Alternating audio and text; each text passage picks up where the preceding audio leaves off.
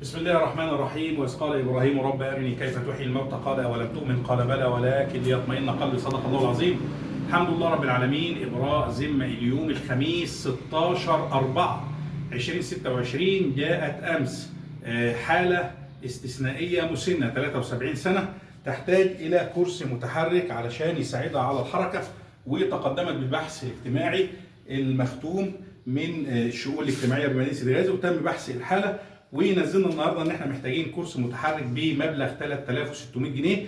فاعل خير محترم خلوق تبرع بمبلغ 300 جنيه، وفاعل خير محترم خلوق تبرع بمبلغ 1000 جنيه، وفاعل محترم خلوق تبرع بمبلغ 300 جنيه، وفاعل محترم خلوق تبرع بمبلغ 750 جنيه، وفاعلة خير محترمة خلوقة تبرعت بمبلغ 1250 جنيه. وبكده يبقى تم تجهيز وتجميع عدد 3600 جنيه.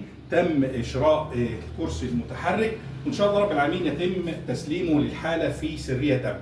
الله تعالى اسال ان يجعل هذا العمل في ميزان حسنات فاعله الخير، وان يرزق الله تعالى الصحه والعافيه وراحه البال، وان يرزق الله تعالى الخير كل عاجله واجله، اللهم امين يا رب العالمين. والله تعالى اسال ان يرزقنا الاخلاص في القول والعمل، وان يستعملنا ولا يستبدلنا. والسلام عليكم ورحمه الله وبركاته.